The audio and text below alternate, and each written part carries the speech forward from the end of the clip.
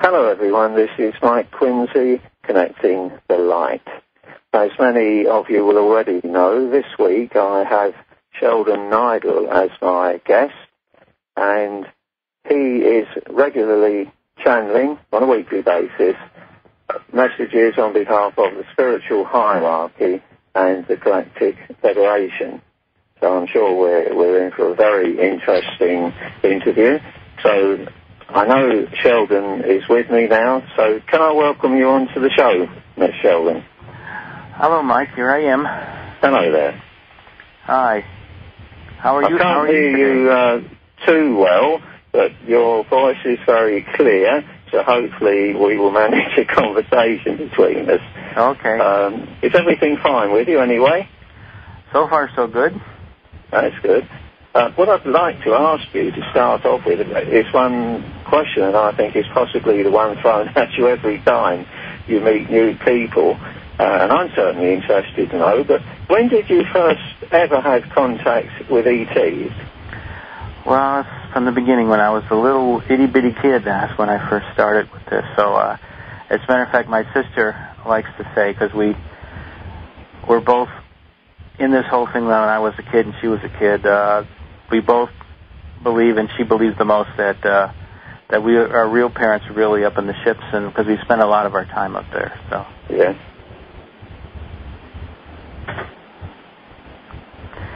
So I would say my time for actually beginning with ETs probably would have been when I was very, very young, under 1, all the way up to when I was about 15, and then again in '86 it started up again. So I had a period from about, that would be about the mid-40s to about the early 60s, and then again about 25 years later. So. Right.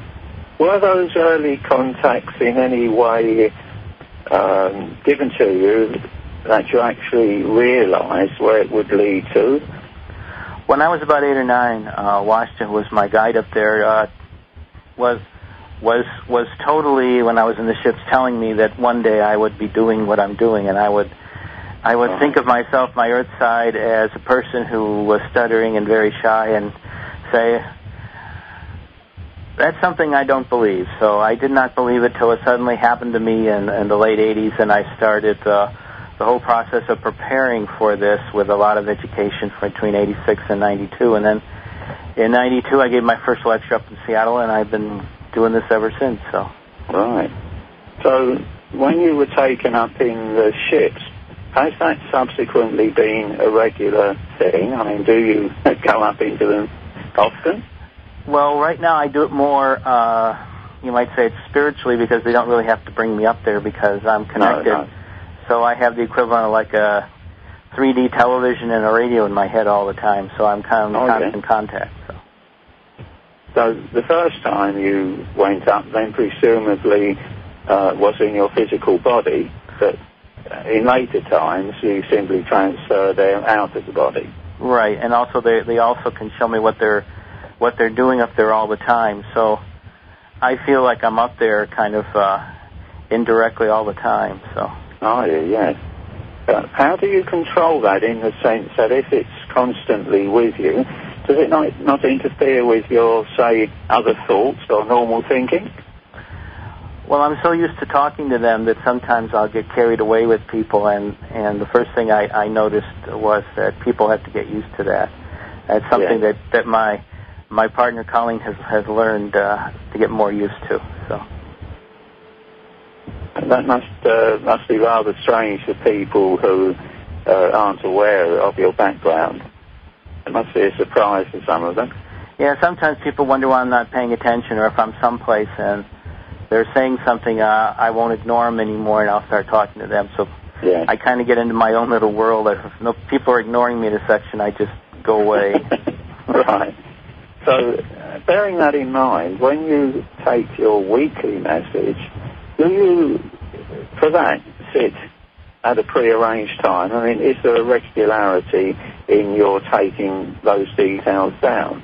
Right, it is, because basically it's like taking dictation, with being able to converse with the people. I have a committee of about 20 people that changes every so often. And what they do is they take turns doing certain paragraphs. And so what I'm doing is I'm taking dictation, but I'm also talking to them about it. So it takes a few hours because I'm also not a great typist. I'm a hunt and pecker. I'm a one-finger typist. Yeah. Well, I think you learn with time. I started off as a two-finger typist, and I must admit I'm not bad with both hands. I mean, I make a lot of mistakes, but I'm pretty quick at getting through them now. Yeah. I think it comes with practice anyway. So, on the Tuesday that you take the message, what time is it you sit? Do you get up and do it perhaps as I do, first thing in the morning?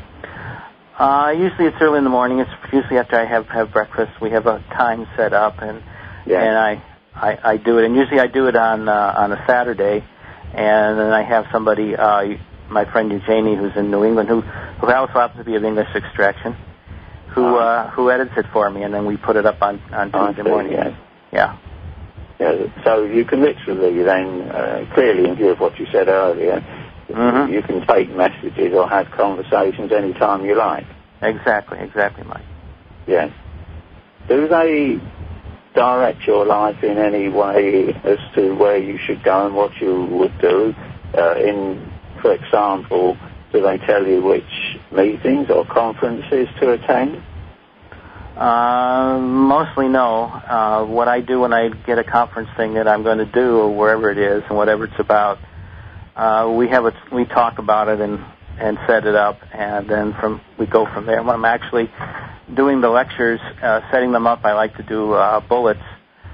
They tell me what to put down, and so I've gotten to the point where it's a mutual creative process where I ask them what I want to do, and I tell them whether I think it'll work or not, and they tell me yes or no on that. And so it's interesting to actually have a creative process with people from other worlds. It's very unique. It's something, though, that to me... I'm not probing here or expecting you to give away any secrets, but privately, do they give you more information than what you give out through your messages? Oh, yes. They give me a lot of stuff that I'm not supposed to tell people, because I'm very curious.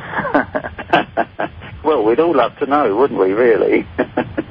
Right, yeah. That's why a lot of the updates are so vague, because they tell me that the information has to stay at a certain level to protect the people that are actually doing the work out there. So my process is, therefore, to do exactly what they say. And so sometimes people complain about it being a little too obtuse as far as who's doing what, but I have to keep that level because it's part of security. So I can fully understand that. Just moving on to a slightly different subject now. Prior to the millennium, there's many people probably listening who took part in the anticipated 3 days of darkness, expecting there to be a change through the presence of the photon energy. Now, that never transpired, and I think a number of people felt actually let down, although it is my opinion, and you will correct me if I'm right here, that reading subsequent messages, they seem to indicate that there was a change of plan at the last minute because they wanted to allow more people on Earth to raise their consciousness and go forward to ascension. Now, how correct am I in my assumptions there? You're pretty spot on there, Mike. So,